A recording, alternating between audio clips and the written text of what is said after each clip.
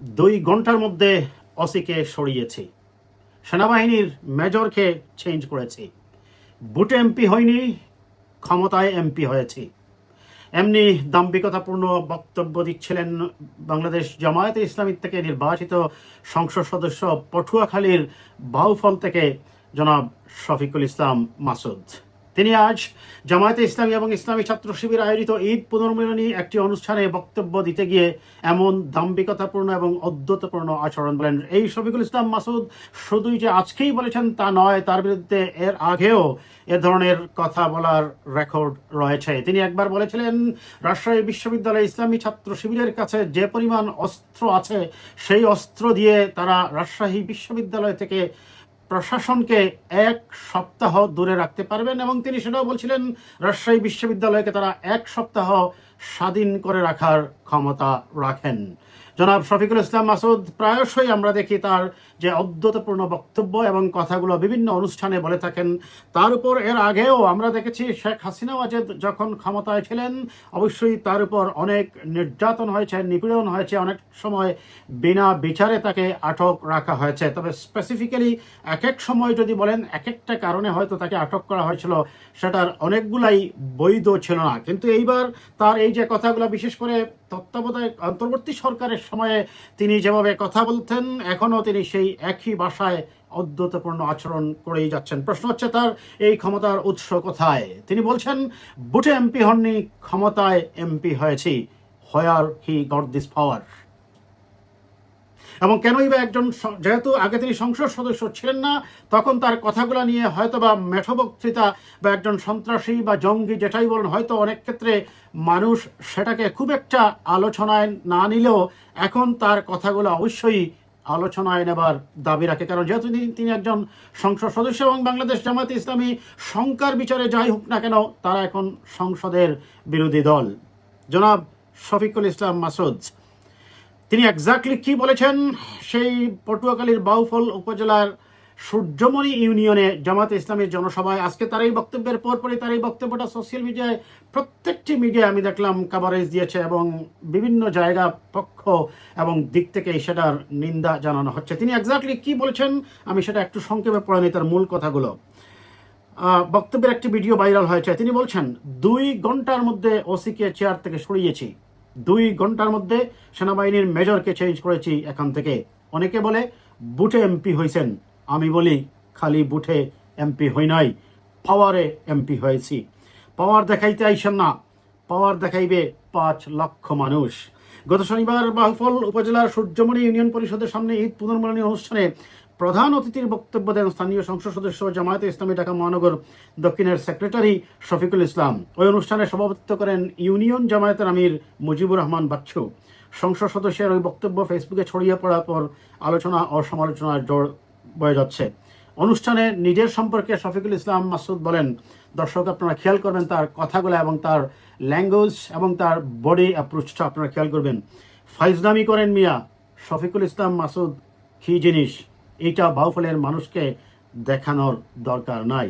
শেখ হাসিনার কাছে যাই না নিয়েন, শেখ হাসিনার কাছে জিজ্ঞেস কইরা দেখা নিয়েন শফিকুল ইসলাম মাসুদ কি জিনিস। শফিকুল ইসলাম কি জিনিস রাজশাহী বিশ্ববিদ্যালয়ে খোঁজ নিয়ে যাইনেন, ওইখানকার সবচেয়ে বড় সন্ত্রাসীর কাছে জিজ্ঞেস কইলেন। আমি আরেকবার বলছি দর্শক এই বাক্যটা, ওইখানকার সর্বোচ্চ সন্ত্রাসীর কাছে যাইনা নিয়েন মাসুদ কি জিনিস। তার মানে তিনি নিজেকে একজন সন্ত্রাসী বা সন্ত্রাসীর গডফাদার পরিচয় দিতে স্বাচ্ছন্দ্য বোধ করছেন। তিনি আরও বলেন, উল্টাপাল্টা কথা বলার মটকা গরম করবেন না, মাথা গরম করবেন না, মটকা গরম করলে সামলাইতে পারবেন না। এখন আবার নতুন আরেক গান শুরু করছেন, ভালো মানুষের খাওয়ান নাই। কি একটা অসভ্য দেশে, কি একটা জাহেল, কি একটা মূর্খ। ভালো মানুষের খাওয়া আছে, খাওয়া থাকবে। তিনি দেশকে অসভ্য বলছেন, রাষ্ট্র এবং জাতিকে নিয়ে অসভ্য এবং জাহেলের সাথে তুলনা করছেন। ভালো মানুষের খাওয়া আছে, খাওয়া থাকবে। ওই বাউফল না হওয়া পর্যন্ত যুদ্ধ চলবে, বেশি বললে সামলাইতে পারবেন না। সাবেক প্রধানমন্ত্রী শেখ হাসিনা সরকারের উন্নয়ন কার্যক্রমের প্রসঙ্গ টেনে শফিকুল ইসলাম বলেন, শেখ হাসিনা উন্নয়ন তো কম করে নাই, তারপরও পালানো লাগছে কেন? উন্নয়ন করে যদি টিকে থাকতে পারতো তাহলে বাংলাদেশে একমাত্র শেখ হাসিনার টিকে থাকার কথা, কিন্তু পারে নাই কেন? রাস্তা দিছে, ঘাট দিছে, সেতু দিছে, এইটা করছে ওইটা করছে, কিন্তু মানুষের মনে কোনো আনন্দ ছিল না, মানুষের অধিকার ছিল না জনগণের। যাই হোক, আমি আর বাকিগুলো পড়ছি না দর্শক। এখন দেখুন, তিনি প্রথমত হচ্ছে তার কত অনেকগুলা দিক এখানে। একটা, তিনি বলছেন যে ওসিকে সরিয়েছেন, সেনাবাহিনীর মেজরকে চেঞ্জ করেছেন, তিনি নিজেকে একজন গডফাদার পরিচয় দিচ্ছেন, বলছেন যে রাজশাহী বিশ্ববিদ্যালয়ের সবচেয়ে বড় সন্ত্রাসীর কাছ থেকে জেনে নিয়েন মাসুদ কী জিনিস, বা মাসুদ কত বড় সন্ত্রাসী ছিল, কিভাবে সন্ত্রাসকে নিয়ন্ত্রণ করেছে, অপরাধ জগৎকে তিনি নিয়ন্ত্রণ করেছেন। কেনই বা তার এই হঠাৎ করে আমি বলবো না, তার ধারাবাহিকভাবে তার কথাবার্তায় নিজেকে এক ধরনের গডফাদার পরিচয় দেওয়া, কিংবা অনেকটা নিজেকে জয়নাল হাজারি স্টাইলের সন্ত্রাসী বা সন্ত্রাসীদের গডফাদার হিসাবে পরিচয় দেওয়াতে কেনই বা তিনি স্বাচ্ছন্দ্য বোধ করছেন। তিনি বলছেন বুটে এমপি হননি, হয়েছেন পাওয়ারে। তার সেই পাওয়ারটা কোথায়, উৎসটা কোথায়? দর্শক, এটা দুইটা কারণ হতে পারে। এক, জামায়াতে ইসলামী বা তাদের রাজনৈতিক দর্শন মনে করে এদেশে বুথের রাজনীতিতে জনগণের ভোটাধিকার প্রয়োগের মাধ্যমে হয়তো তাদের ক্ষমতায় যাওয়ার স্বপ্নটা অদূরেই থেকে যাবে। সেই কারণে তারা হয়তোবা, যদিও বলতে পারেন যে এইবার তারা নির্বাচনে বেশ উল্লেখযোগ্য একটি হারে ভোট পেয়েছে, এটা সত্য, কারণ নির্বাচনে আরেকটি বড় শক্তি বা একটা বড় অংশ নির্বাচনে ছিল না, সেই কারণে ভোটের হিসাব নিকাশ এইবার দিয়ে অনেকগুলা বিচার করা যাবে না।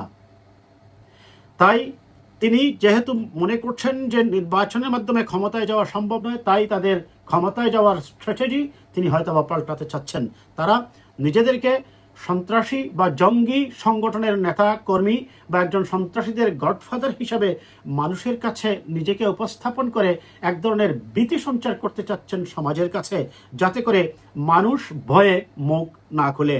বিরোধী দলে থেকেই তাদের যদি এই ধরনের হুমকি দামকি এবং গডফাদারদের মতো কথা বলার স্টাইল হয়, ক্ষমতায় গেলে তারা কি করবেন দর্শক, বিচারটা আপনাদের কাছেই। দ্বিতীয় যে কারণটা তারা হতে পারে, তারা মনে করেছেন হয়তোবা যেহেতু এটা সম্ভব নয়, তাহলে তাদেরকে তালেবানি স্টাইলে, আফগানিস্তানের তালেবানি শাসনের মতো করেই তাদেরকে ক্ষমতা নিতে হবে। দেখুন, এই তালেবানি শাসন আফগানিস্তান, সিরিয়া, সোমালিয়া সহ পৃথিবীর যে সকল দেশেই জঙ্গি গোষ্ঠী ক্ষমতা দখল করেছে, পৃথিবীর সেই একটি রাষ্ট্র কিন্তু ভালো অবস্থানে নেই। কাজেই জনাব শফিকুল ইসলাম মাসুদের এই ধ্যান ধারণা, ঘন্টার মধ্যে অসি চেঞ্জ করা, আবার হ্যাঁ এগুলা যে এই সমাজে হচ্ছে না আমি সেটা বলছি না, কিন্তু এইভাবে দাম্ভিকতা করে আপনি অপরাধ করছেন, একটা অপরাধ। দ্বিতীয়ত হচ্ছে আপনি অপরাধ করে অপরাধকে জাস্টিফাই করছেন, ডিফেন্স দিচ্ছেন, বলছেন এগুলো আরো করবেন, ক্ষমতা দেখাতে আসবেন না, পাওয়ারে এমপি হয়েছেন। তাহলে আপনি বলতে চাচ্ছেন আপনি জনগণের ভোটে নির্বাচিত হন নাই, আপনি সেন্টার দখল করে অবৈধ ক্ষমতা, সন্ত্রাসী জঙ্গি গোষ্ঠীকে কাজে লাগিয়ে আপনি এমপি নির্বাচিত হয়েছেন, যা কোনোভাবেই একটি গণতান্ত্রিক সমাজ ব্যবস্থায়, বাংলাদেশের মতো একটি উদার মধ্যপন্থার গণতান্ত্রিক দেশে কখনোই কোনো জঙ্গিবাদ স্থান করে নেবে, আমরা সেটা পছন্দ করি না এবং আমাদের সেটা চাওয়াও হতে পারে না। আমরা আশা করব জামায়াতে ইসলামীর এইরকম আরও অনেকে, দুই একজনে আমি শুনেছি, সবাই যে বলে না আমি সেটা বলবো না, বিশেষ করে শফিকুল ইসলাম মাসুদ এবং চট্টগ্রামের শাহজাহান চৌধুরী সহ অনেকের কথাবার্তার মধ্যে এক ধরনের জঙ্গি স্টাইল, তালেবানি স্টাইল, গডফাদার স্টাইল কিংবা জয়নাল হাজারি স্টাইলের রাজনীতি করার প্রবণতা আমরা লক্ষ্য করছি। আমরা অনুরোধ করব এগুলোকে পরিহার করুন, গণতান্ত্রিক ভাষায় কথা বলুন, গণতন্ত্রের পথে নিজেকে একটি সভ্য সমাজের অংশ হিসাবে অন্তত একবিংশ শতাব্দীতে জনগণের মতের প্রতিফলনের চেয়ে আর কোনো সরকার পরিচালনার কোনো ব্যবস্থা আছে বলে এখন পর্যন্ত আমাদের কাছে মনে হয়নি। কাজেই গণতান্ত্রিক পন্থায় রাজনীতি হোক সবচেয়ে বড় দর্শন। আজ এই পর্যন্তই।